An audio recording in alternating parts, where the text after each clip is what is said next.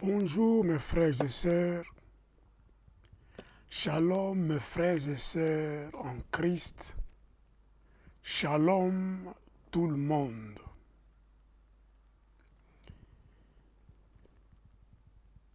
Je bénis la parole de Dieu car notre Dieu m'a encore accordé une fois le privilège en tant que son serviteur, son humble serviteur, de me présenter devant l'auditoire pour proclamer de sa parole. J'avais commencé un thème qui s'intitule Le pardon selon Dieu. Mais la semaine passée, j'étais entré dans les sous-thèmes du péché impardonnable. Mais j'avais dit que j'allais parler des 3 volets que j'avais choisis pour vous des péchés impardonnables. La fois passée, je vous avais parlé des 2 péchés du roi Saoul.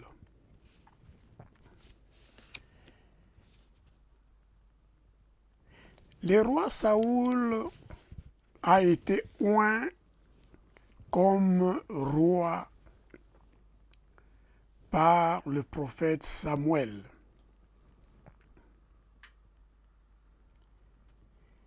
Mais il désobéit 2 fois à l'ordre de la parole de Dieu qui lui a été adressé par le prophète Samuel.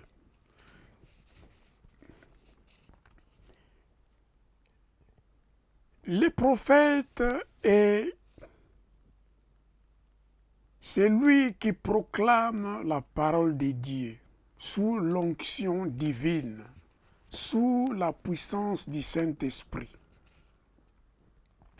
Il ne parle pas de sa part, mais il parle de ce qu'il a pu entendre sous l'ordre de notre Dieu d'exécuter, de proclamer la parole de notre Seigneur.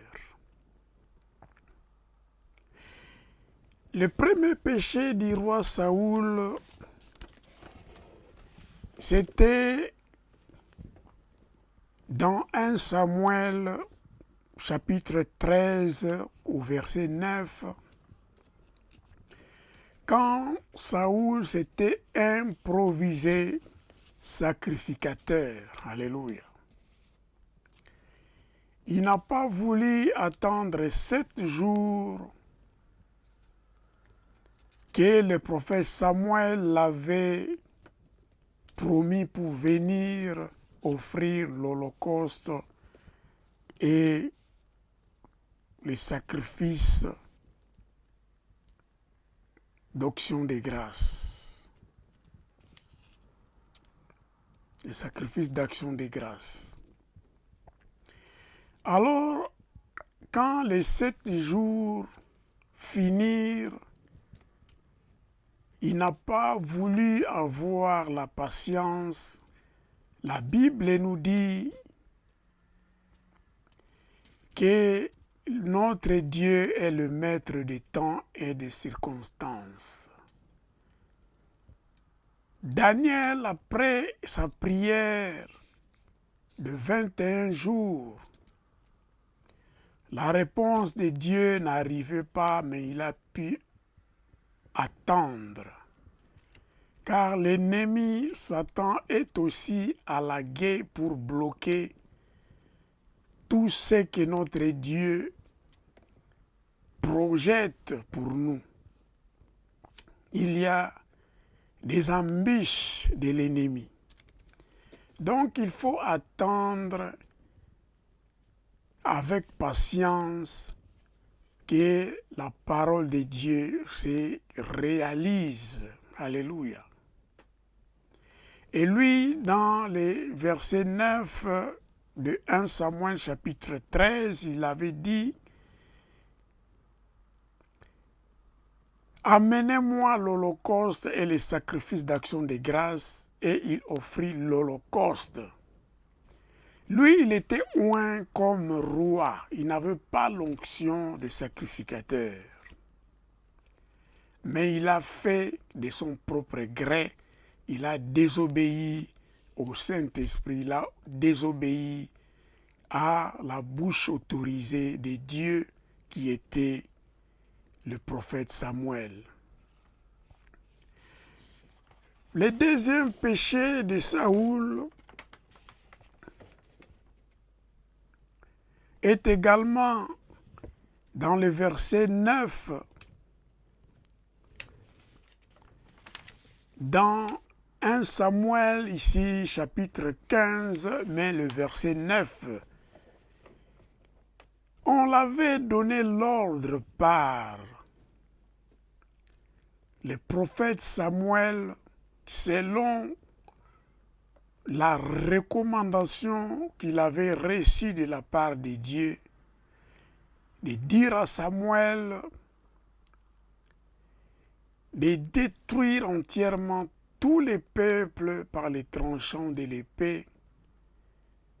Il devrait ne pas laisser en vie ni un homme, ni les femmes, ni les enfants, ni ceux qui prenaient le lait maternel, ni les animaux.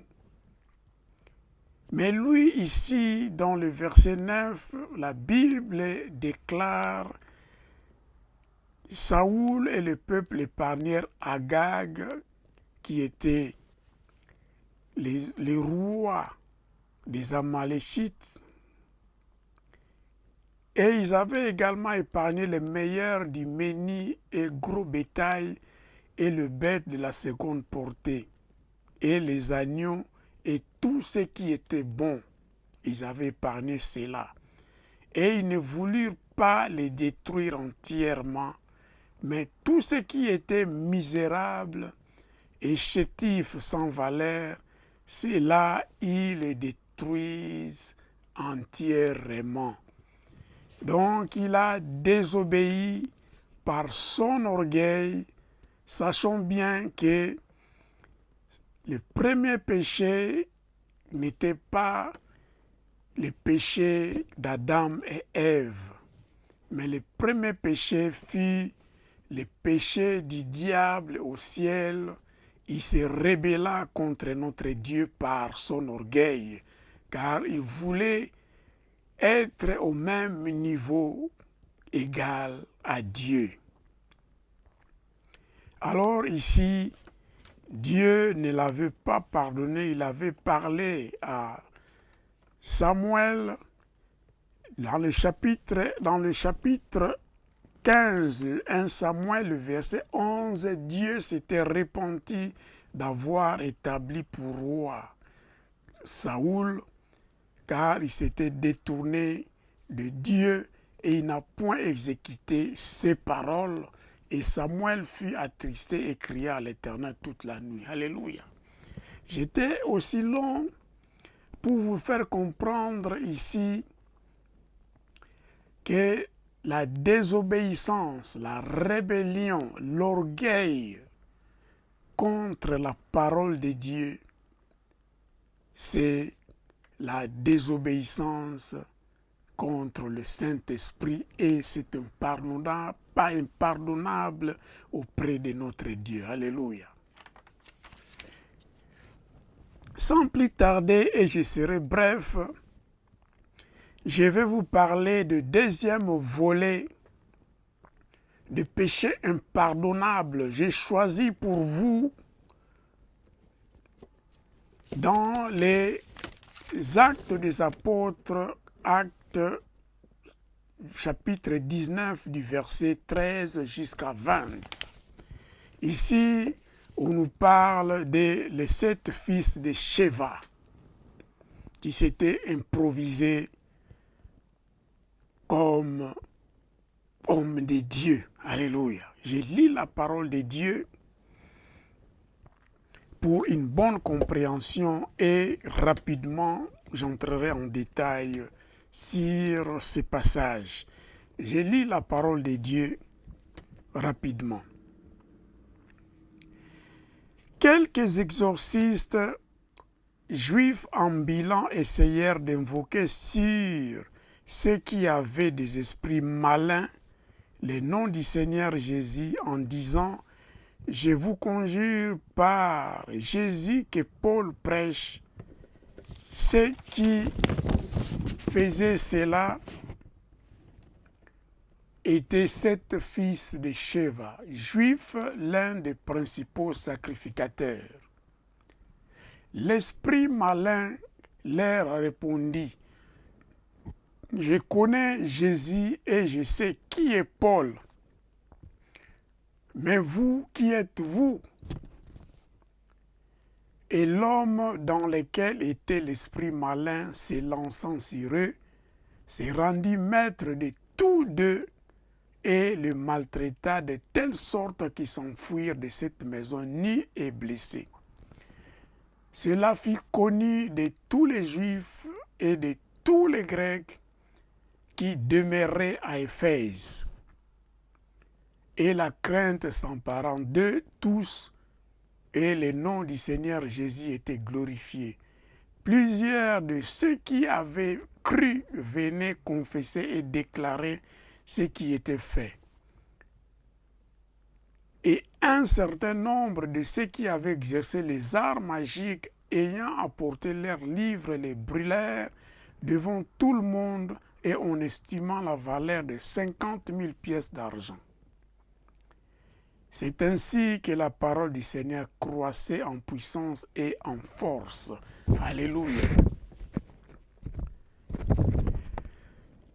Ici, c'est l'apôtre Paul était descendu à Éphèse, laissant Apollos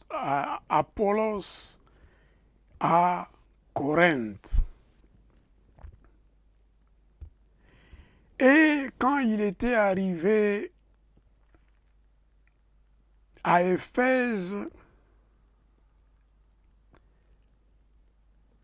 il avait passé de temps, 3 mois presque, dans les synagogues juives.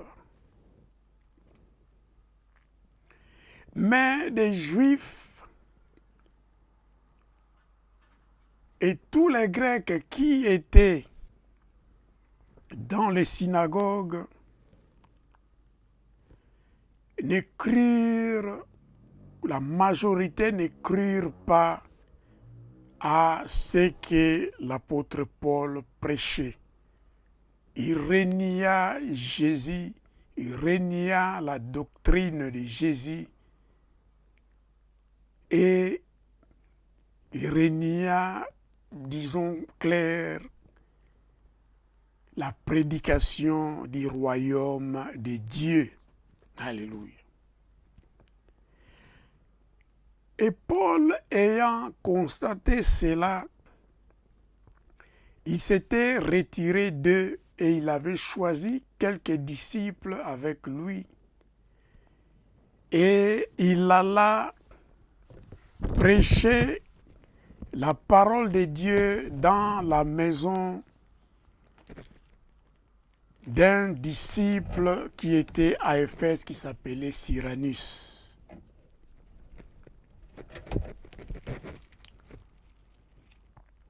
Alléluia.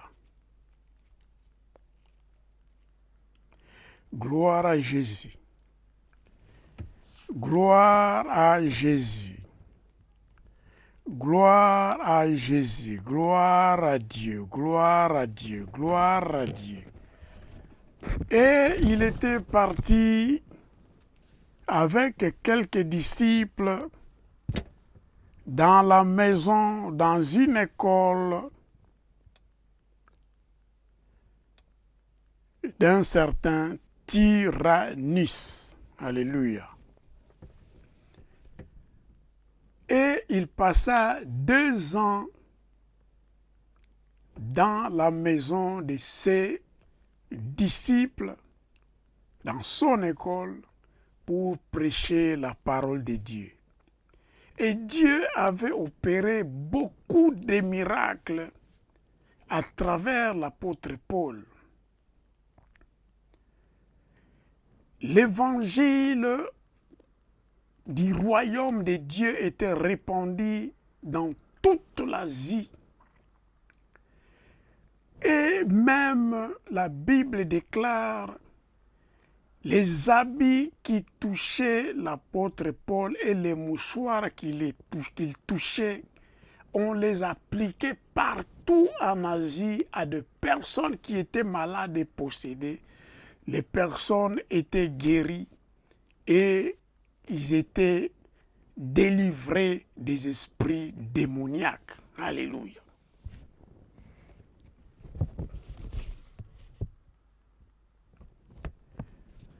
Alors ici, c'était un détail que je voudrais vous parler de cela, ce qui s'était passé à Éphèse avec l'apôtre Paul. Mais il y a une chose que Dieu n'aime pas. Notre Dieu n'aime pas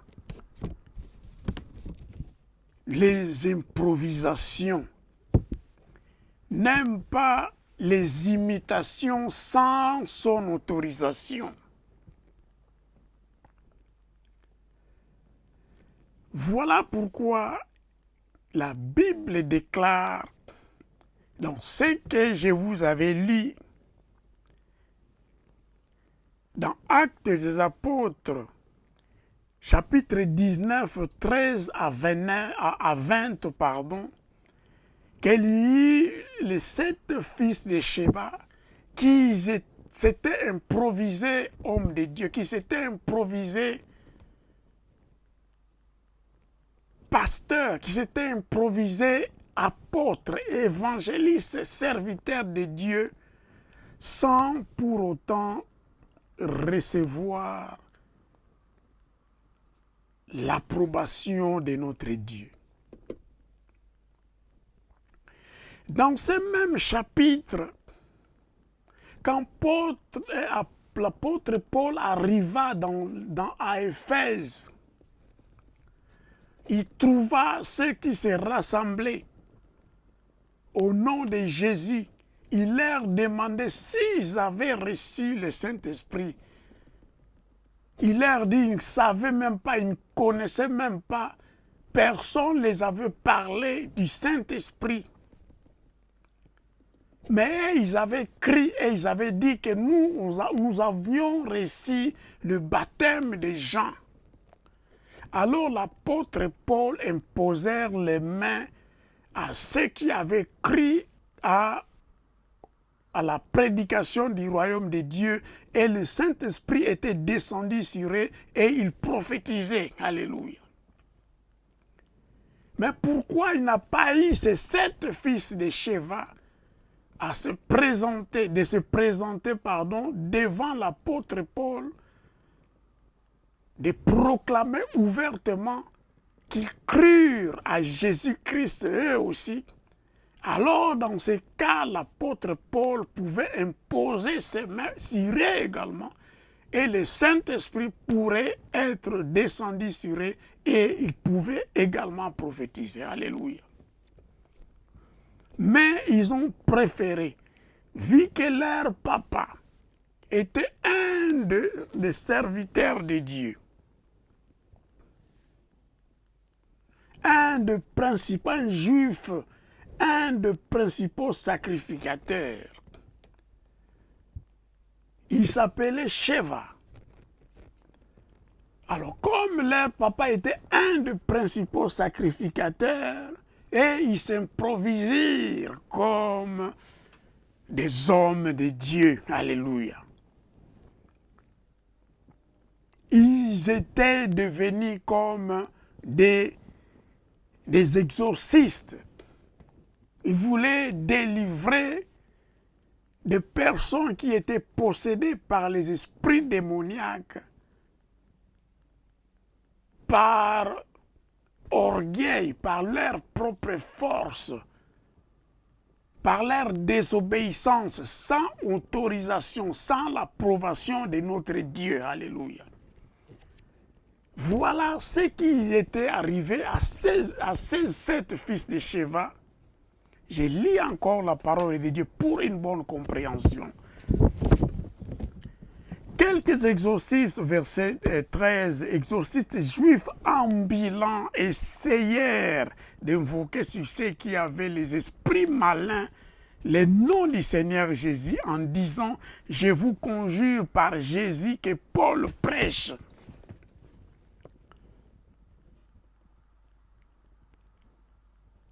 Vous voulez chasser le démon au nom de Jésus sur lequel vous n'avez même pas cru. Et l'apôtre Paul était à Éphèse. Vous n'avez pas eu l'audace de vous présenter devant lui et de proclamer de votre propre bouche que Jésus-Christ est votre unique Seigneur et Sauveur. Mais en entendant seulement ce qui s'est passé, de miracles qui se proféraient à travers l'apôtre Paul, ce qu'il prêchait, et il voulait imiter et s'improviser des exorcistes. Je continue le verset 7 et 14. Ceux qui faisaient cela étaient 7 fils de Sheva, juifs, l'un des principaux sacrificateurs. Alléluia. Ils étaient 7 fils de Sheva qui étaient juifs, l'un des principaux sacrificateurs, qui reniaient même la doctrine de Christ, la doctrine du royaume de Dieu que proclamait l'apôtre Paul. Mais ces 7 fils osèrent s'improvisèrent exorcistes au nom de Jésus, sur lesquels eux-mêmes ils n'avaient pas cru, mais ils ont voulu le faire et ils croyaient à la Pentateuque, ils croyaient à la Torah, ils ne croyaient pas à Jésus-Christ, la doctrine du royaume de Dieu que proclamait l'apôtre Paul à Éphèse. Mais ils croyaient que le miracle que l'apôtre Paul faisait, et aussi ils pouvaient le faire par imitation, par fabrication, par improvisation. Les dons des miracles, les dons spirituels, ça vient de notre Dieu par sa propre improvisation. Et ça par sa propre volonté, pardon. Et il donne les dons spirituels à celui qu'il veut lui-même.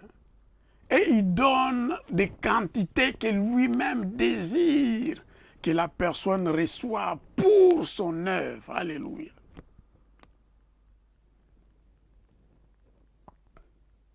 Sans l'approbation de Dieu,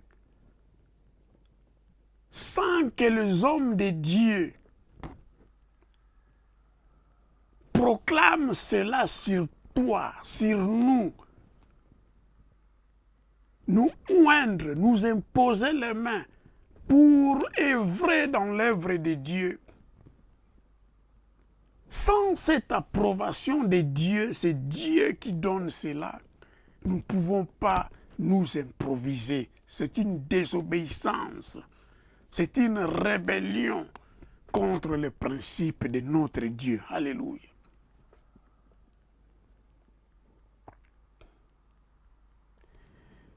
Je continue rapidement. L'esprit malin leur répondit ici dans le verset 15. toujours dans le chapitre 9 des Actes des Apôtres, l'esprit malin leur répondit, « Je connais Jésus et je sais qui est Paul, mais vous, qui êtes-vous? Moi, je sais, selon la parole de Dieu, quand Jésus-Christ, quand les apôtres, quand les vrais serviteurs de Dieu se présentent devant un homme possédé par un esprit malin, l'esprit malin tremble, il cherche même de fuir, de quitter. Voilà pourquoi les fous de Gadara, celui qui était possédé par une légion de démons, avait dit Jésus, permets-nous que nous allions dans les pourceaux. Et Jésus permetta, ils étaient sortis pour aller dans les pourceaux. Alléluia. L'esprit malin, Satan, les démons, les féticheurs, tous les démoniaques, les macumbas, toutes les fausses religions, tous ceux qui travaillent sous l'empire satanique, ils reconnaissent la puissance de Jésus-Christ de Nazareth. Ils reconnaissent Jésus, ils reconnaissent notre Dieu. Ils ont peur du Saint-Esprit. Ils reconnaissent la puissance qui est dans les serviteurs de Dieu. Alléluia. Ici, l'esprit malin leur répondit, je connais Jésus et je sais qui est Paul, mais vous, qui êtes-vous? Car ils n'avaient pas reçu l'approbation de notre Dieu. L'esprit malin ne voyait pas l'onction sur ces 7 fils de Sheva. L'esprit malin ne voyait pas la puissance de Dieu, le feu de Dieu sur ces 7 fils de Sheva. Alors ils étaient dépourvus de la couverture divine. Ils étaient dépourvus de l'onction de Dieu. Ils étaient dépourvus, ils étaient pratiquement vides. Alléluia. Et je lis le verset 16 et on va continuer rapidement pour vous dire ce qui se passe à ceux qui s'improvisent hommes de Dieu, ceux qui imitent sans pour autant avoir l'approbation de notre Dieu. Notre Dieu les rejette, notre Dieu ne les connaît pas. Et l'ennemi Satan, à travers même ses adeptes, ne voit pas la main de Dieu sur ces improvisateurs. Alléluia. Et voyons les conséquences, ce qui était arrivé sur ces hommes qui s'étaient improvisés. Alléluia. Et le verset 16 nous dit, « Et l'homme dans lequel était l'esprit malin se lançant sur eux, s'est rendu maître de tous deux. » Ici, ils étaient deux qui étaient partis chercher de délivrer l'homme qui était possédé par l'esprit démoniaque. La Bible déclare, s'est rendu maître de tous deux et le maltraita de telle sorte qu'ils s'enfuirent de cette maison nus et blessés. Alléluia.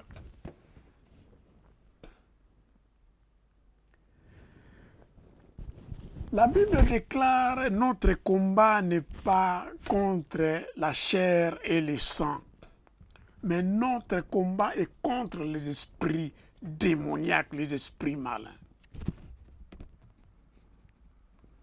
Et l'esprit démoniaque, Satan, en tant que la tête de cet empire démoniaque, il est méchant et mauvais. La Bible d'ailleurs déclare, Satan rôde comme un lion rugissant, cherchant qui dévorer. Alléluia. Nous sommes sous sa visère, il nous guette avec attention. S'il y a une porte qui s'ouvre et seulement il nous attaque pour nous détruire, pour nous tuer même. Alléluia. Nous, serviteurs de Dieu, il nous guette de près, car Satan, c'est un être spirituel. Et ces démons sont également spirituels. Les sorciers aussi, ils sont dans leur mission. Tous ceux qui travaillent dans la pire démoniaque, ils ont leur mission surtout contre les hommes de Dieu et détruire même toute l'humanité afin qu'ils aillent adorer Satan.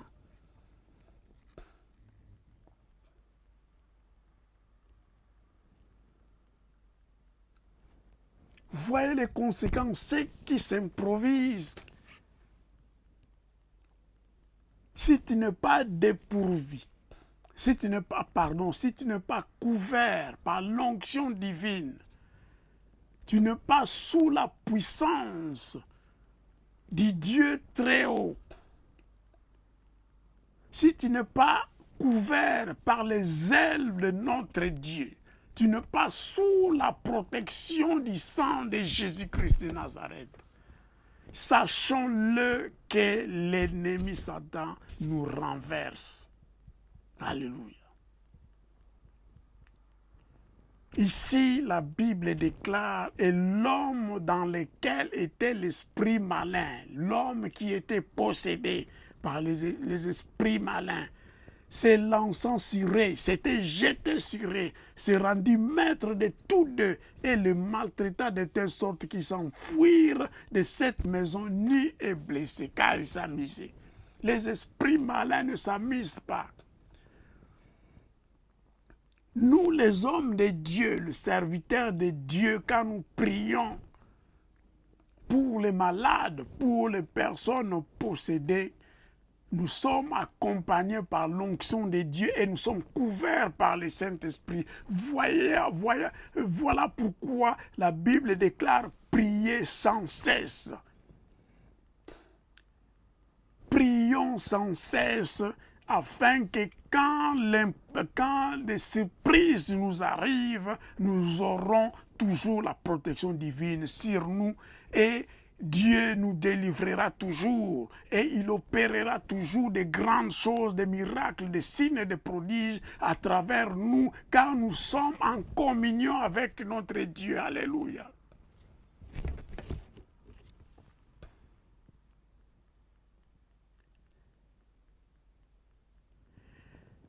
Ici,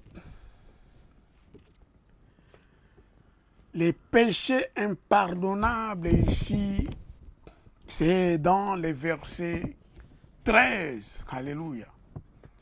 Quelques exorcistes juifs en Milan essayèrent d'invoquer ceux qui avaient des esprits, invoquer sur ceux qui avaient des esprits impurs le nom du Seigneur Jésus en disant « Je vous conjure par Jésus que Paul prêche. » Alléluia. Mais ils n'avaient pas l'approbation de notre Dieu. Paul était dans la ville, il était à Éphèse. Il avait demandé à ceux qui avaient cru à l'évangile, à ceux qui avaient cru à la prédication du royaume de Dieu, et il les avait demandé s'ils avaient écouté, entendu parler du Saint-Esprit. Et ils avaient répondu, nous n'avions jamais entendu parler du Saint-Esprit. De quel baptême étiez-vous baptisés? Et ils avaient répondu, le baptême de Jean. Alléluia.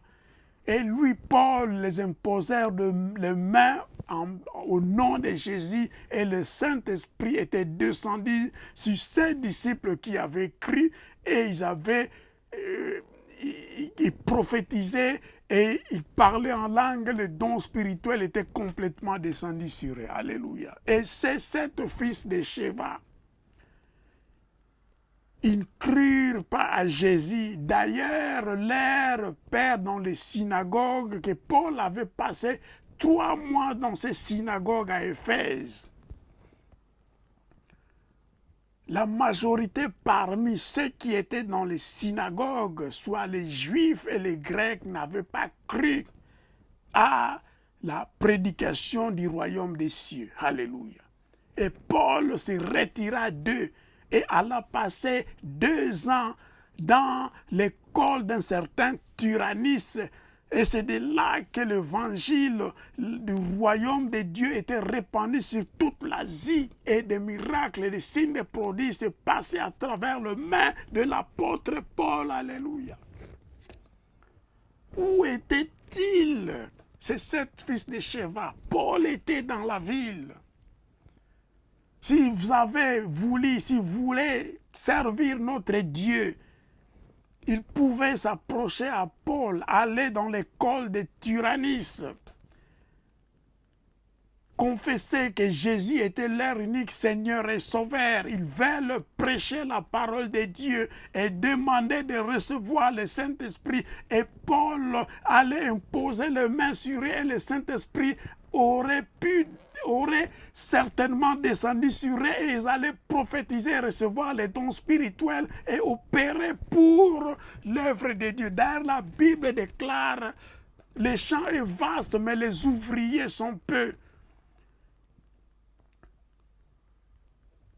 Tous ceux qui cherchent, qui croient à Jésus-Christ en tant que notre Seigneur et Sauveur, ils sont les bienvenus. Aucun homme de Dieu peut refuser à celui qui croit en Jésus-Christ de Nazareth, à celui qui dit, qui proclame ouvertement de sa propre bouche, de son propre cœur, que Jésus-Christ est son unique Seigneur et Sauveur. Ils imposeront leurs mains. Les hommes de Dieu poseront leurs mains sur ceux-là qui déclarent à travers leur bouche et profondément de leur cœur que Jésus-Christ est leur unique Seigneur et Sauveur pour recevoir les dons spirituels et commencer à marcher pour l'évangile. Alléluia. Et ils n'ont pas fait cela. Ces 7 fils de Sheva. Ils ont voulu, par orgueil, par désobéissance, par la rébellion, commencer à s'acquérir, à prendre par force, par orgueil, de faire ces miracles que Paul faisait. Voilà pourquoi ils étaient punis, ils étaient fouillés, tabassés comme des bêtes. Ils avaient fui nus et blessés de cette maison, tabassés par l'esprit malin qui était dans la vie de cet homme. Alléluia. Et cet homme n'était pas délivré. C'est plutôt le mauvais esprit qui était dans l'homme qui avait poursuivi les 2 fils de Sheva, qui étaient là pour essayer d'exorciser. Alléluia.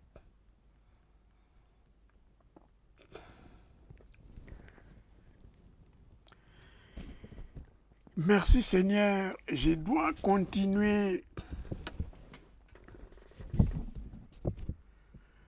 dans le verset 17 jusqu'à 20 pour vous faire voir ce qu'effectivement était passé à Éphèse et je vais conclure. Alléluia.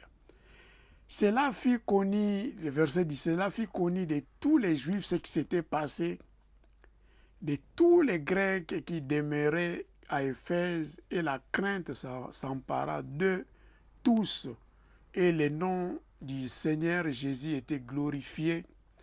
Plusieurs de ceux qui avaient cru venaient confesser et déclarer ce qu'ils avaient fait. Chapitre 19, et certain nombre de ceux qui avaient exercé les arts magiques, ayant apporté leurs livres, les brûlèrent devant tout le monde et en estimant la valeur de 50 000 pièces d'argent. C'est ainsi que la parole du Seigneur croissait en puissance et en force. Alléluia. Tout ce qui s'est passé à Éphèse de miracles, même comment les fils de Sheva étaient tabassés, et ils avaient fui nus et blessés, tabassés par un démon, l'esprit malin, et ils avaient compris que c'est à travers l'évangile que prêchait l'apôtre Paul qu'il y avait la délivrance, les guérisons et de miracles, tant de signes et de prodiges. Et beaucoup s'approchèrent et crurent à Jésus-Christ de Nazareth. Ils venaient confesser et déclarer ce qu'ils avaient fait. Et ceux qui même faisaient la magie avaient amené leurs livres, ils avaient brûlé leurs livres devant tout le monde. Ils avaient renoncé avec l'art magique. Et la parole du Seigneur croissait en puissance et en force à Éphèse, même en toute l'Asie. Alléluia. Gloire à Jésus.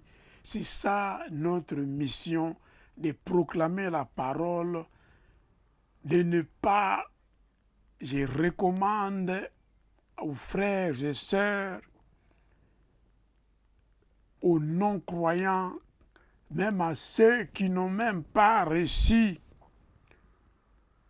qui n'ont pas cru à Jésus, qui n'ont pas cru à Jésus comme leur unique Seigneur et serviteur, de ne s'improviser pas homme de Dieu, pasteur, évangéliste, apôtre et tant d'autres, évêques, car c'est notre Dieu qui appelle, qui nous établit et qui nous accompagne dans son œuvre, afin que nous produisions beaucoup de fruits pour l'œuvre de Dieu. Alléluia.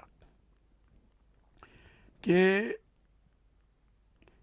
Dieu, au nom de Jésus, bénisse tout le monde et que cette prédication porte beaucoup de fruits dans beaucoup de frères et sœurs qui ont pu entendre cette parole de Dieu. Alléluia. J'avais dit la prochaine fois, je parlerai du troisième volet du péché impardonnable. Ça serait, je parlerai de vous, les Simon, qui offrit de l'argent pour acquérir le Saint-Esprit. Alléluia. Je descends ici, je clôture la parole de Dieu en priant. Père notre Dieu, dans le nom de Jésus, bénis ton peuple, bénis ta sainte parole afin que ça prenne vie dans la vie de tes enfants et qu'ils la mettent en pratique dans leur vie, afin qu'ils puissent même devenir tes serviteurs, car la Bible déclare les champs est vaste, mais les ouvriers sont peu. Père, appelle tes ouvriers, de nouveaux ouvriers dans ton champ, afin que nous soyons nombreux pour gagner les âmes pour ton royaume, le royaume de Dieu. Au nom de Jésus, j'ai ainsi prié, j'ai dit Amen.